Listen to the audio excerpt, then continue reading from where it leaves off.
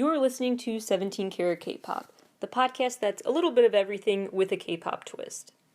From pop culture critiques to the history of K-pop to interviews with people in the K-pop industry and K-pop artists themselves, to concert and album reviews, to a deep dive into the discographies of different K-pop artists, to K-pop news updates, to stories about the music industry more broadly. This show tries to cover everything about K-pop and K-pop as it applies to the larger music and concert scenes.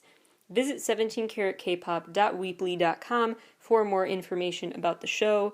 That's 17caratkpop.weebly.com.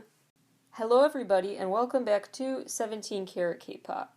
Today on the show, I just want to give a quick PSA. It is Autism Acceptance Month, and I am autistic, and I have a lot of thoughts about how society treats autistic people and things like that I really want to go off about. I want to use my platform, I want to put my voice out there, and correct some of the narratives I've already heard this month. And you might be wondering what any of this has to do with fandom culture or music, or anything I talk about on this show regularly, but it kind of has everything to do with it indirectly, because autism is just a part of who I am, and it shapes how I perceive the world, how I interpret the world, and then how I comment on all sorts of things for this show. And therefore I have a unique perspective that I want to add to fandom discourse. I think after I break down some things you should know about autistic people, everything will come into a bigger picture focus about what is it that has made me gravitate towards studying sociology and starting a podcast about fandom culture and being so fascinated by how people form relationships and bond and interact with each other, how music can really drive us and be a source of motivation and strength, why I have such appreciation for K-pop and music as a whole and fandoms that are positive places, I think will make more sense, and then you'll get why I do the show and what the true core purpose of it is. A few quick PSAs first, though.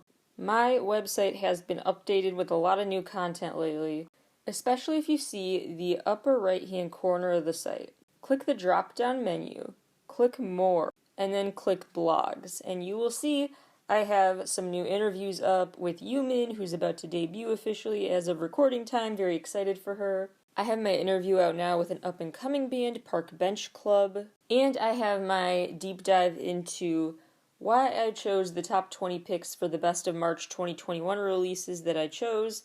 As well as in that blog post, you can find Spotify and YouTube links to playlists of the songs and music videos I chose and talked about. Now let's get to my 5 things. One of the 5 main things I want people to know about life as an autistic person is that word choice really, really matters. Everyone is very, very different. I personally really prefer to be called autistic, just like you would use any other adjective when talking to someone. Just like you would say, oh, she's funny, or intelligent, or nice, or whatever it is. I also happen to be autistic, so I prefer that wording. Some people don't care, but I do have issues with the default assumption that the way to phrase it is has autism or lives with autism. It's not some sort of weird disease, it's not some sort of baggage we carry with us. It's just a collection of traits we have that shapes our way of seeing the world and acting in it. So make sure you ask first. This goes out to the media as well as just anyone, but especially the media. Please ask first. I see so many feel-good stories about people who are described as people who have autism who got help. Someone was there to help them through a tough time. Great, sure, that is a feel-good story, but some people, including me, really don't appreciate that framing of autistic people being wounded victims of something and needing someone to come save and help them. That word choice truly can make a world of difference. So sometimes if you just say autistic person, that makes a big difference. There are other ways that I wish people would stop talking about it. I have had to sit throughout my school years, presentations and discussions about potential cures for it, debunked theories about things like the vaccine causes autism, whatever that even means, that's been debunked even by the person who created that study. All of this framing, I once actually had to sit through a presentation about what genetic math should be done if you want to make sure the biological odds of having an autistic kid are lower. This is an actual concern people have. Imagine if I went on a tangent telling you all, you don't want to get that vaccine because it will give you blue eyes. And then I was talking about all the ways that you can make sure that if you want kids, you get a kid for sure that will not have blue eyes. Imagine if I framed it like that.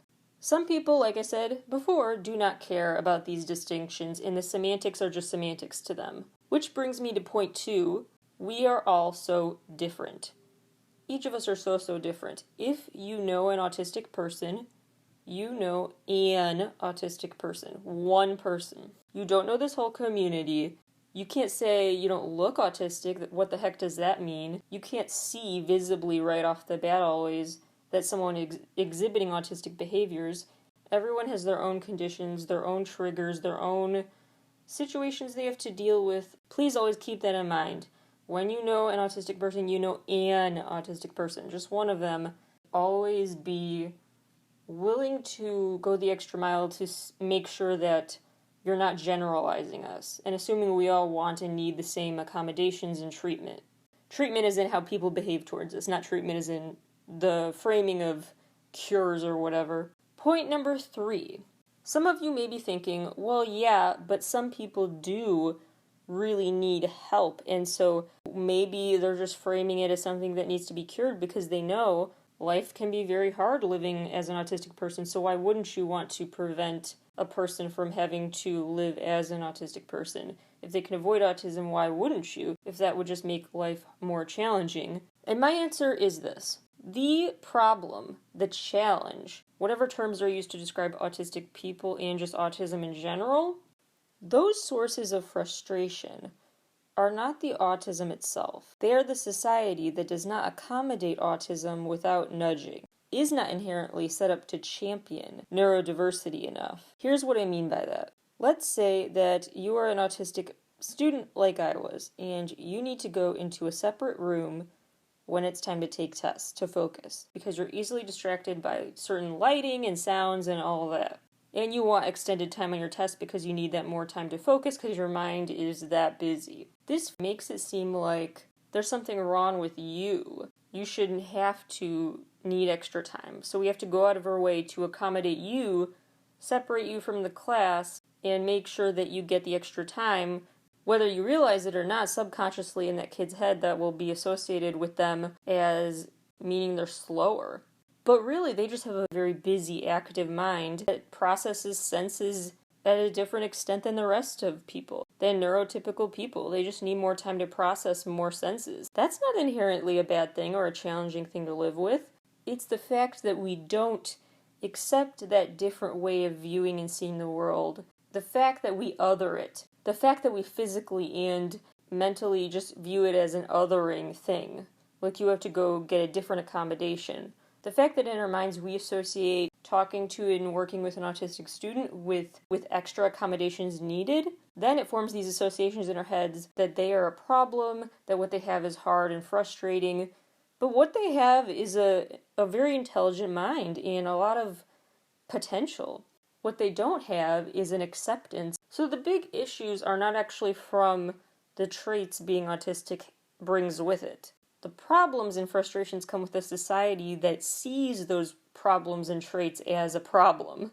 Think about how often autistic people are underemployed. Maybe not unemployed, but underemployed. That doesn't mean we have a problem living up to the potential of those jobs. It's we have a problem getting other people to realize we do have that potential. So ultimately, don't blame the autism, blame the society that is ableist in a lot of ways. It's just not set up for neurodiversity.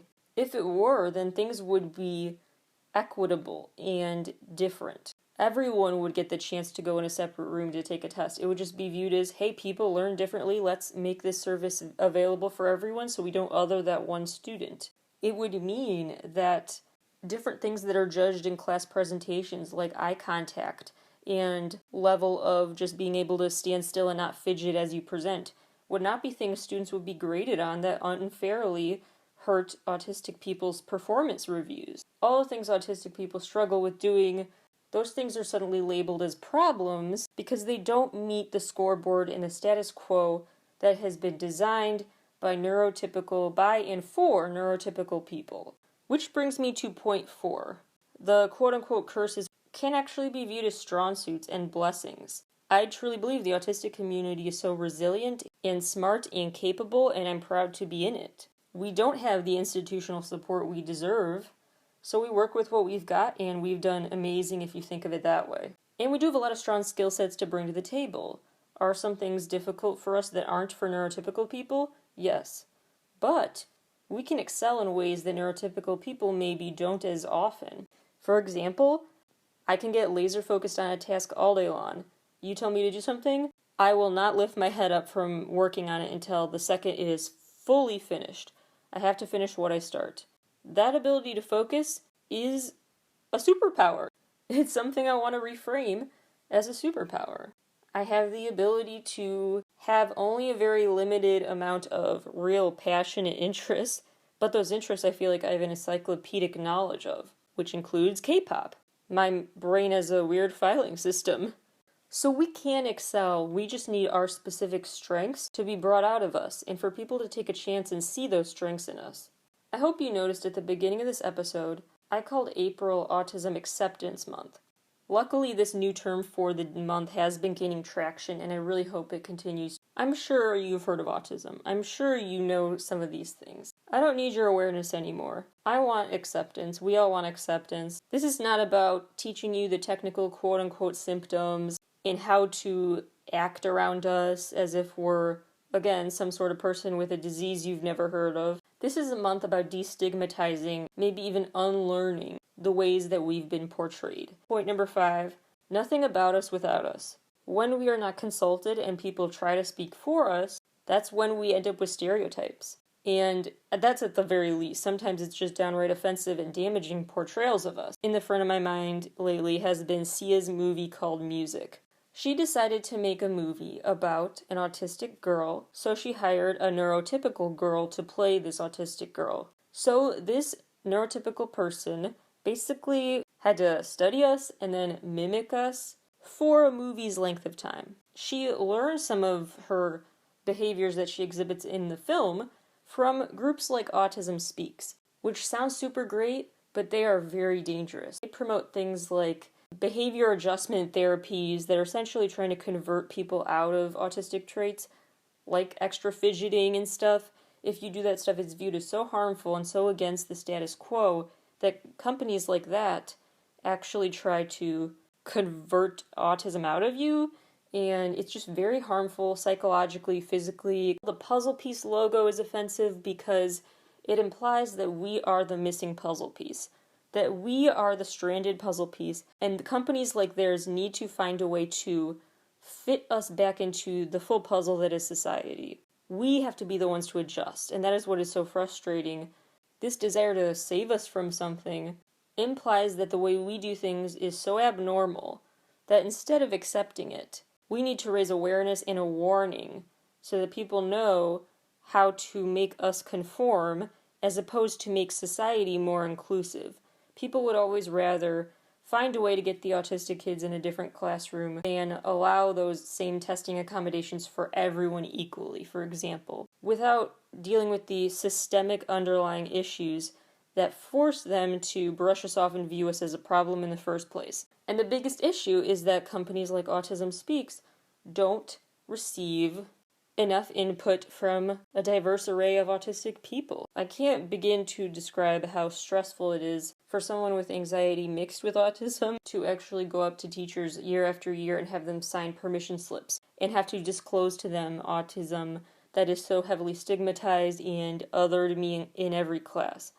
That is just one of the many ways I've had to disclose and make it feel like a big secret I'm supposed to keep, a narrative fueled by the othering that has to happen in a system that is not normalizing neurodivergent people. This movie I could go on even more tangents about, but basically the long and short of what happened is she hired a neurotypical person to mimic us in a lot of stereotypical ways. She then literally said in an interview, yeah, I guess it was ableism, and is just fine with that. She got a lot of input from Autism Speaks, and was then like, I had no idea they were so polarizing. Well, I would have loved for her to do the bare minimum of research that would have confirmed that polarizing is an understatement and kind of a mischaracterization. They're not two sides. What they've been doing is harmful and their approach is so derogatory. There's so much she could have done to make sure this story was told truthfully and not in an offensive way, and she failed to do so. So please, if you want to increase autism acceptance this month, seek out projects made by us, not by people who studied us, people who have lived experiences that I can guarantee you will be more valuable for you to learn from than any project put together by people without enough autistic input. Regardless of how much time they spent quote-unquote studying us, there's simply no replacement for hearing from first-hand accounts. So those are the 5 main things. Keep in mind your word choice. Please include us and don't other us. Each of us are so different, so don't assume when you've met one of us, you've met all of us. Please view our symptoms or our quirks as good things, as possible assets. Let's think about ways that society can just assist us more, because frankly, we're very tired of having to do so much and put in so much emotional labor into fitting in. And lastly, nothing about us without us. I think the narrative, again, does not put enough blame on society and puts too much blame on individuals and forcing us to change. Because throughout my life, I was told, speak up more, go talk to so-and-so, just go talk to them. As if that's just something I could do and I wasn't selectively mute. So instead, I would have loved to grow up with the onus being put on other people who felt like they fit in, the cool kids, to include us, as opposed to us being the cause of our own loneliness. Because not always are we intentionally lonely. Yes, some of us are quite introverted, I am for sure. Some of us just don't know how to reach out first. And any acknowledgement ever really means a lot. So I think I've always really just felt so appreciative of being accepted into fandoms because it was like that. It was like finally just a normalizing of my presence. They're just hanging out with me, talking to me about a shared interest. It is just, I am viewed as a full human outside of any diagnosis or stereotypes. It is just viewed as music is this unifying force. And K-pop especially is that way because it is such a communal fandom to be in, a communal value system that South Korea has, at least compared to the USA, that I really appreciate the influence of. It's this communal mentality that we do not have in the USA. It's very individualistic here, and every man for himself. So I really appreciate how at K-pop concerts, there's the dances, there's the back and forth, call and response situations, people just dance together and hang out and trade photo cards and whatnot. The whole vibe is just so fun and inclusive and welcoming. Because K-pop is for everybody and music is the universal language, K-pop fans and music fans in the same environment is bound to be a good time. The other layer here is my intense emotional and physical response to music.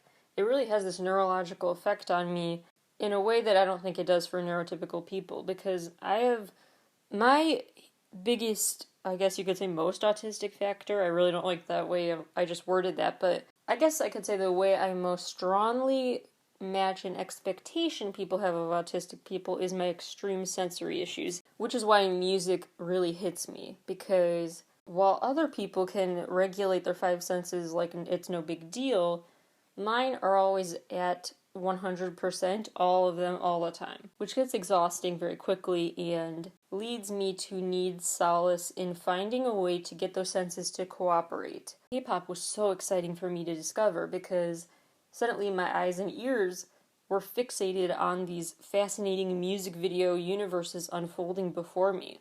And sonically attention-holding details, and it was just so captivating and gripping, and for me that was so extra, that feeling of it being enchanted by this whole world, because if there's several things going on at once, things can be very hard for me to process. If there's a strong scent, for example, and a loud noise in a room, I've got to focus on one or the other, and then I'll probably shut down. I can't distinguish anymore between which one is more annoying and loud in my head and whatever. So to have that escape and just have my senses actually stop fighting each other and just cooperate by watching K-pop stuff is just, that was such a gift. So you have that, and then in concerts, which is weird, you never think I would get along with anyone and enjoy a concert, but here I am. Again, every autistic person is different, and I personally am not overwhelmed at concerts when it's music that I'm really into.